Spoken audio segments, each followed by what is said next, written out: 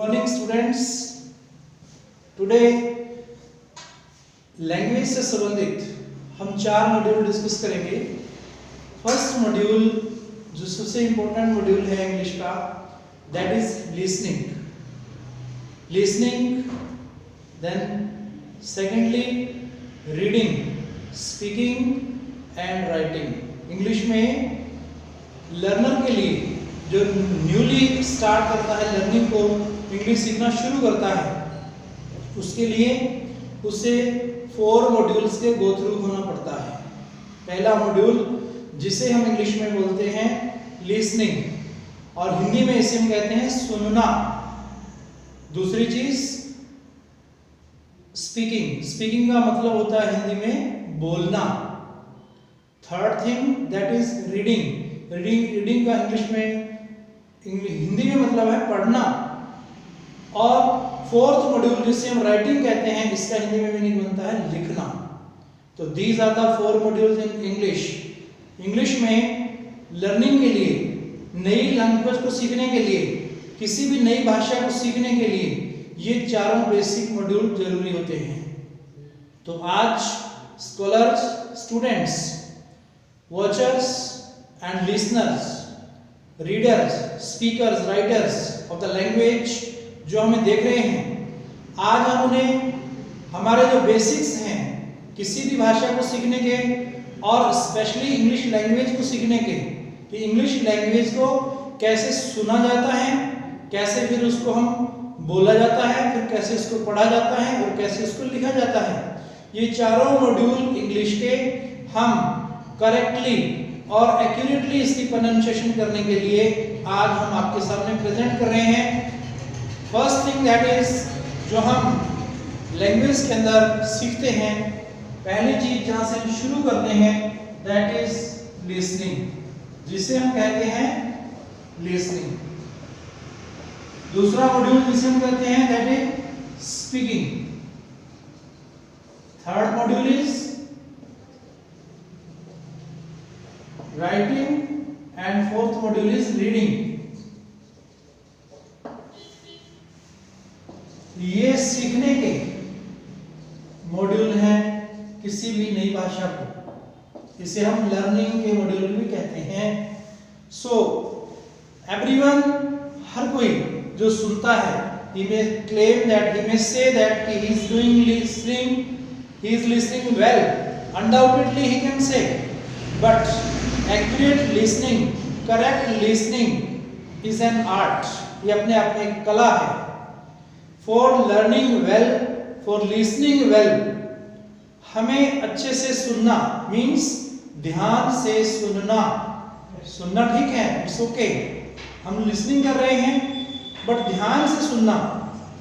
100% present sense of mind अगर हमारे अंदर है, इन दैट केस ही हम एक अच्छे स्पीकिंग मेंबर बन सकते हैं, स्पीकिंग पार्टनर बन सकते हैं।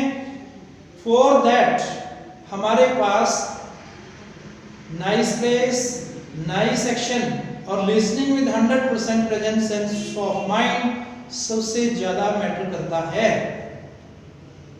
लर्नर्स जो लिसनिंग कर रहे हैं, सुन रहे हैं, टाइम एंड अगेन जब वे इंग्लिश की क्लास में बैठते हैं या आइलेट्स की क्लासेस में बैठते हैं या फिर ग्रामर की क्लासेस में बेसिक्स शुरू करते हैं, तो हमें 100% प्रेजेंट सेंस ऑफ माइंड को प्रोवाइड करना है, जिससे ये 100% प्रेजेंट सेंस ऑफ माइंड हमें इसकी एबिलिटी देता है कि हम अच्छे क्रिएटर बनते हैं।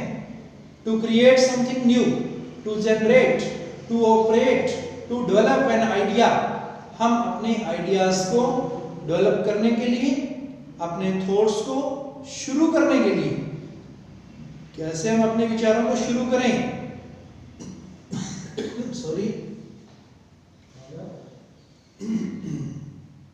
कैसे हम सोचना शुरू करें, how to think, it is the first step of learning. ये सीखने का पहला स्टेप है।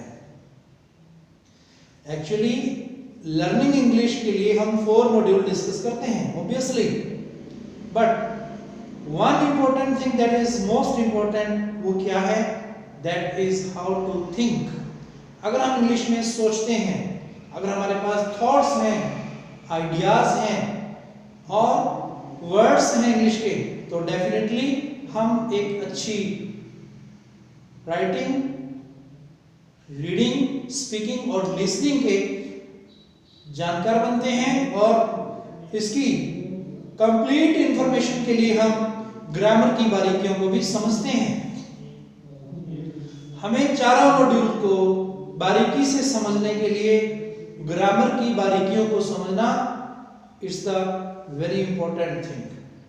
किसी भी पैसेज को जो हम रीड कर रहे हैं from the newspaper, from magazine, anywhere, any text, whenever we start reading the passage, जब भी हम पैसेज को रीड करना शुरू करते हैं, उसके लिए हमारे पास सिंपल ग्रामर जो हमने स्टडी की हुई है, चाहे वो स्कूल स्टूडेंट हैं, कॉलेजिएट्स हैं, यूनिवर्सिटी स्कॉलर हैं,